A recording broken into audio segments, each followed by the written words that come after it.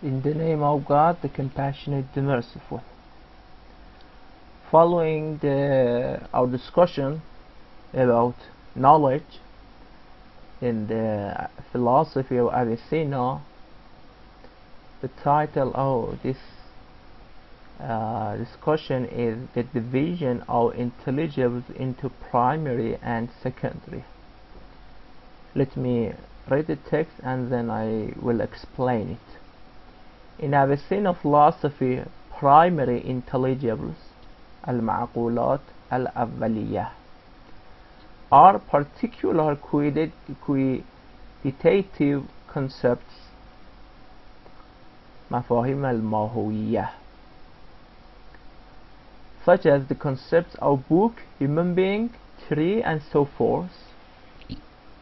Secondary intelligibles, al-ma'qulat al-thaniyah, from his perspective, are logical intelligibles that describe mental concepts such as genus, species, and differentia.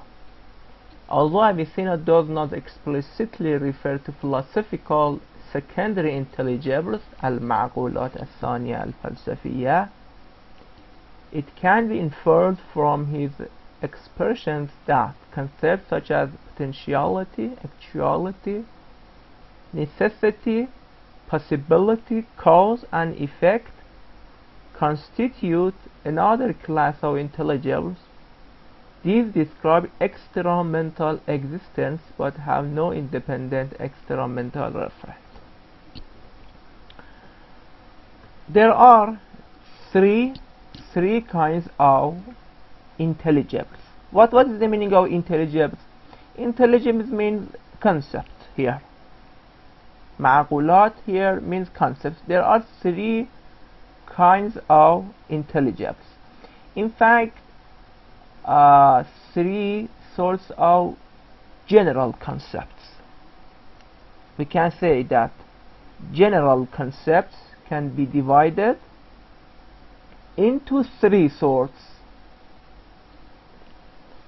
The first kind is called al-ma'qulat al-mahawiyah, or sometimes it is called al-ma'qulat al-awwaliyah or al-ma'qulat al-ula. What is the meaning of this term?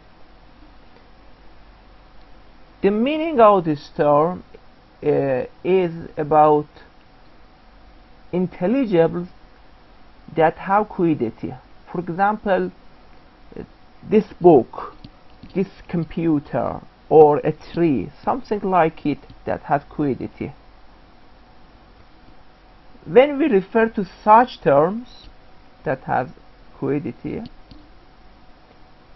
like book, human being, tree, and so forth, we say that they are primary intelligibles. Primary intelligible means the intelligibles that have quiddity, and first of all we face these sorts of intelligibles. When we look at our world, the first sorts of intelligibles that we see are this sort of intelligibles. As I mentioned, for example, when I enter my house, I see desk, I see, for example, book, I see different things in my house, or the house itself, it has quiddity. They are called al-ma'qulat al-ula, primary intelligibles, or sometimes it is called al-ma'qulat al-mahawiyah, quantitative concepts. Then we have secondary intelligibles. What is the meaning of secondary intelligibles? It means that in the second level we face them. In the primary level we face with quiddities, the things that have quiddity, as I mentioned, for example, like book, human being, tree. But in the secondary intelligibles we face with intelligibles that requires a sort of analysis. They are secondary. It means that in the second facing out the world, we can acquire such concepts. Such concepts. There are two sorts, so secondary intelligibles can be divided into two kinds. Secondary logical intelligible. What is the meaning secondary logical intelligible? There are concepts like species and differentia. They do not exist in the world, in the external world. They exist only in our mind. For example, the concept of differentia or the concept of species. We don't have a species, the concept of a species in the world. We don't have the concept of differentia in the world. Yes, instances of species are in the world, but the species itself does not exist in the world. So they are called logical intelligibles. It is a term, a specific term in Islamic philosophy. Or al-ma'qulat al-mantiqiyya, al-ma'qulat al-thaniya al-mantiqiyya, secondary logical intelligence. And there is the third kind of intelligibles that Avicenna did not mention their name in his philosophy, but referred to them in not explicitly,